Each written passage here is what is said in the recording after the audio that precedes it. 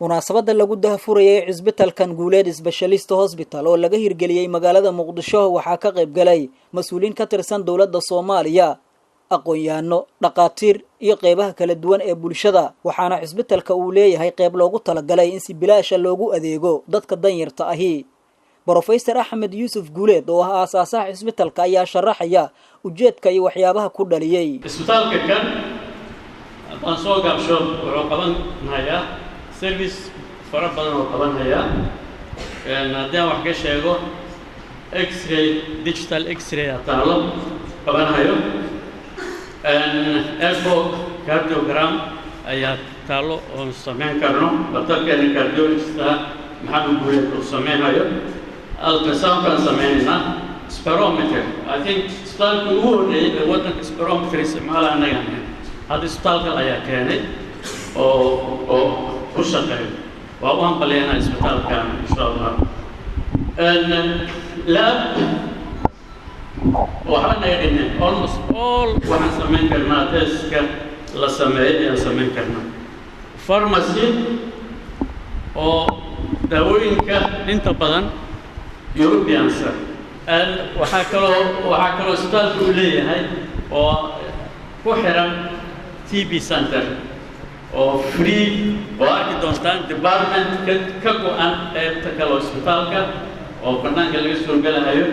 oo dhaqtarkeeda leh nursekeeda leh labkeeda leh daawada free aan ku bixinayno baaritaanka free aan ku sameynayno iyadana qof kasta oo TB aan ka helo halkaas ayuu ka qaadanaya TB centerka Abuukar Salaad Maxamed oo ah gudoomiye ku-xigeenka dhanka arrimaha bulshada maamulka degmada Hodan ayaa bogaadiyay talaabadan waxaan aad iyo aad kaga mahadcelinayaa isxilqaanka oo isxilqaamay uu ku soo kordhiyay bulshada ku dhaqan degmada Hodan isbitaalada ma aragtay sidaan oo kale casri ku ah oo ma aragtay maanta goobjoog u nahay runtii waa wax lagu farxo Professor Ismaan Maxamuud Dufle iyo Cabdi Axmed Duxulow oo ka tirsan golaha aqalka sare ee baarlamaanka Soomaaliya ayaa bogaadiyay talaabadan iyagoo ugu baaqay dhaqaatiirta Soomaaliyeed ee caalamka ku nool in aqoontooda ay ugu adeegaan bulshada aad iyo aad baan ugu faraxsanahay in Dr. Guuleed oo talaabadan cusub ugu bilaabay qurba joogta in kuweena jooga North America inay iyagana ku daydaan qaarna cisbitaallo dhisaan qaar iskuulo dhisaan qaar warshado dhisaan oo aanan laga sugin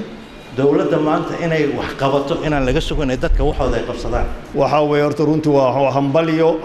hambalyo aan rabaa inaan u gudbiyo Professor Ahmed Yusuf Guuleed iyo